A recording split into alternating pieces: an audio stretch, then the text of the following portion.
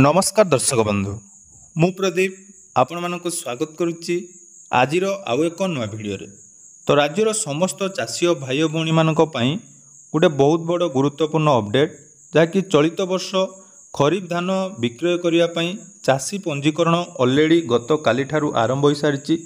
एवं जोटा कि आसंता 20 अगस्त पर्यंत जो चाषी माने खरीफ ऋतु रे धान बिक्री करने पई चाहुचंती सेमाने वर्तमान पंजीकरण करि पारिबे। तेणु एथर राज्य सरकार तरफ धान क्रय करने जहाँकि चाषी और भाई भौणी मानक पई बहुत किछि नियम रे परिवर्तन करा जायछि। जेमिति कि पूर्वरु जो चाषी माने रजिस्ट्रेशन करथिले सेमानकु केवल रिन्युअल करिया पई पडुथिला, किंतु वर्तमान एई नियमटी सरकार तरफ परिवर्तन करा जायछि एवं वर्तमान जो चाषी और भाई भौणी माने खरीफ ऋतु रे धान बिक्री करिया पई चाहुचंती सेमानकु नूतन पंजीकरण करिया पई पड़िबो। एवं यही नूतन पंजीकरण करने समय आपण मानक पई 10टी बड़ नियम जहाँकि सरकार लागू करचंती। तेणु जो माने भी आवेदन करचंती बा फॉर्म फिलअप करूचंती फॉर्म फिलअप करने पूर्व यही 10टी नियम जानिबा निहाती दरकार, जहाँकि परवर्ती समय आपण माने धान बिक्री करने पई योग्य हेबे एवं जो पंजीकरण आपण मानकर करा जिवो ते से पंजीकरण मध्य आपण माने सठिक भाव में करि पारिबे। तेणु आसंतु आजिर एई भिडियो रे से विषय रे संपूर्ण डिटेल्स जानिबा एवं पंजीकरण पूर्व आपण मानकु कौन सबू नियम मानिया पई पड़िबो बा केउ सबू काम कले आपण मानकर पंजीकरण ठीक भाव में हेई पारिबो से विषय मध्ये आपण माने जानि पारिबे। ता पूर्व जदि चैनल को प्रथम दर विजिट करचंती वीडियो को लाइक करिवे, चैनल को सब्सक्राइब करबा सहित पाखरे थिबा बेल आइकन को क्लिक करी ऑल सेट कर देबे। तो देखंतु राज्य सरकार तरफ जो खरीफ ऋतुर धान पंजीकरण 19 तारिख रु आरंभ होई आसंता अगस्त 20 तारिख पर्यंत यह पंजीकरण चलिबो। तेणु जो चाषी भाई भौणी माने धान बिक्री करने पई चाहुचंती सेमाने प्राथमिक कृषि समवाय समिति बा महिला स्वयं सहायक गोष्ठी किंबा पानी पंचायत रे आगुआ पंजीकरण करिनबा आवश्यक। एवं चलित वर्ष उभय चाषी एवं भाग चाषी मानक पई किछि नियम रे परिवर्तन करा जायछि। आसंतु कोन रहिछि से 10टी नियम से विषय डिटेल्स जानिबा। तो देखि पारुथुबे जोटा कि आपण मानक सामने रही आदरणीय चाषी भाई और भौणी माने आपण समस्त को जणाई देबा पई चाहूचे जे आसंता 19/7/2025 ठारू धान बिक्री करिया पई पंजीकरण जहाँकि आरंभ हेबा पई जाउची। तेणु एथर पंजीकरण नियम रे केतक बदल करा जायछि। तो सेही कोन कोन सब बदल करा जायछि आसंतु जानिबा। प्रथमे देखंतु एथरर जो रिन्युअल आपण मानकर ऑप्शन थिला अर्थात जो चाषी माने पूर्वरु मंडी रे धान देथिबे बा गत वर्ष मंडी रे धान बिक्री करथांती सेमानकु केवल रिन्युअल करिया पई पड़िथाय, तांकु कोनोसी नूतन पंजीकरण बा फॉर्म मध्य देवा पई पड़नथिले। किंतु जहाँकि चलित वर्ष आपण मानकु कहार भी रिन्युअल करा जिवो नाही, तो संपूर्ण भाव में आपण मानकर नूतन पंजीकरण करा जिवो। अर्थात जो माने भी पूर्वरु जदि धान बिक्री करिसंती सेमाने मध्य पुणी थरे जाकि नूतन भाव में चाषी पंजीकरण आपण मानकर करिवे। ता सहित देखंतु आपण मानकर रहिछि जोटा कि 3 नंबर फॉर्म दाखल समय रे आपण मानकर आधार वैलिडेशन पई आखि स्कैन करा जिवो। अर्थात एटा मध्य पूर्वरु जो कि नोटिफिकेशन ले मध्य मेंशन करा जायतिला एवं सरकार को तरफ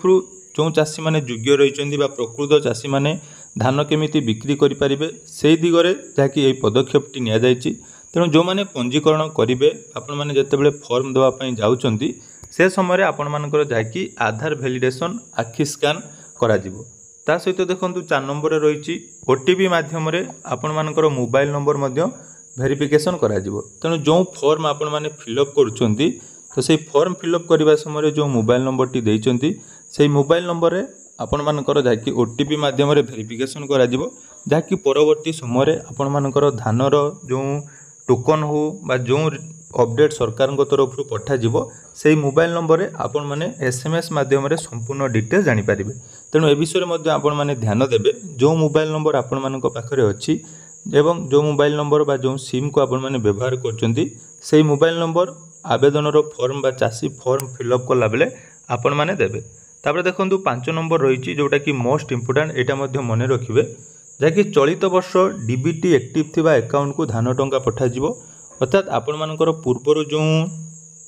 आमर मानुआली आपण मानकर दउथिले सेटा वर्तमान आउ हेपियारिबो नाही। तेणु सरकार तरफ डीबीटी मोड रे जाकि योग्य चाषी अकाउंट को आपण मानकर धान रो टंका प्रदान करा जिवो। तेणु आपण माने जेतेबेले भी निजर अकाउंट नंबर दउचंती जो अकाउंट सहित आपनकर डीबीटी लिंक अच्छी आधार लिंक अच्छी से मोबाइल नंबर एवं से अकाउंट नंबर आपण मानक एठी देवाई पड़ो एवं टंका आपण मानकर जोटा कि डीबीटी मोड्रे चाषी अकाउंट को पठाଯିबार व्यवस्था राज्य सरकार तरफ करा ता सहित देखो 6 नंबर आपण मानक कौन रही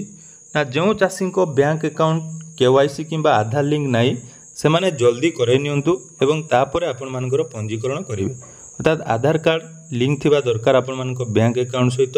ता सहित आपण मानकर केवाईसी मध्ये अपडेट थिबा दरकार जहाँ द्वारा कि बैंक अकाउंट वेरिफिकेशन करने सहित आपण मानक टंका जाकि बैंक अकाउंट को डीबीटी मोड्रे आसीपर या सहित जहाँकि आपण मानकर कौन रही आ गए देखूँ 7 नंबर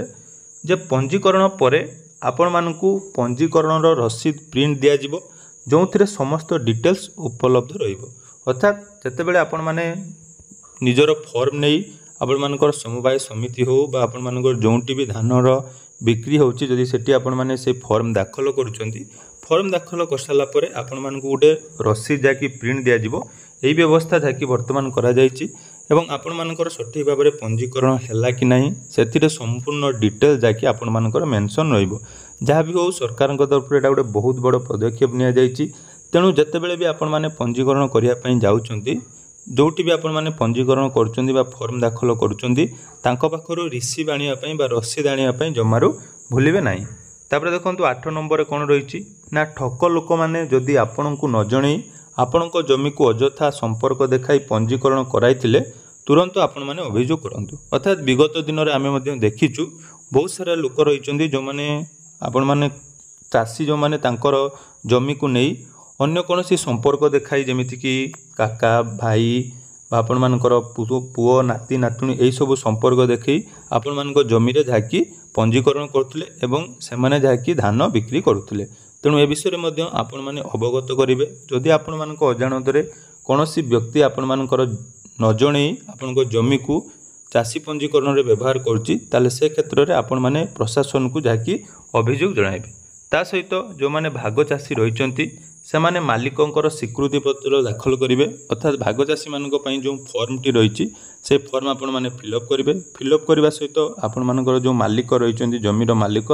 तांको पाखरु जाकि दस्तखत करने सहित तांकर आधार कार्ड एवं तांकर समस्त डिटेल्स आपण माने भल भाव में फिलअप करेंगे एवं ताकू मध्य नहीं सबमिट करेंगे तापर देखो 10 नंबर रही पंजीकरण समय निजर समस्त डिटेल्स भल भाव में पूरण करेंगे एवं आवश्यक डॉक्यूमेंट जमीक आधार कार्ड जमीर आरओआर से सब जेरक्स आपण माने नहीं ताकि सबमिट करेंगे तेणु आवेदन पूरा डिटेल्स वीडियो ऑलरेडी मु आपण मानक सहित शेयर कर देछि तेणु जो चाषी भाई भौणी माने चलित वर्ष खरीफ ऋतु पई धान पंजीकरण करने चाहूँगी यही 10टी नियम उपर निहाती अवगत रे ता सहित आपण मानकर फॉर्म फिलअप जदि डिटेल्स वीडियो देखापी चाहूँगी डिस्क्रिप्शन तार लिंक अच्छी सेठू आपण माने जाई संपूर्ण डिटेल्स देखिपारे एवं निजर चाषी पंजीकरण करें। धन्यवाद।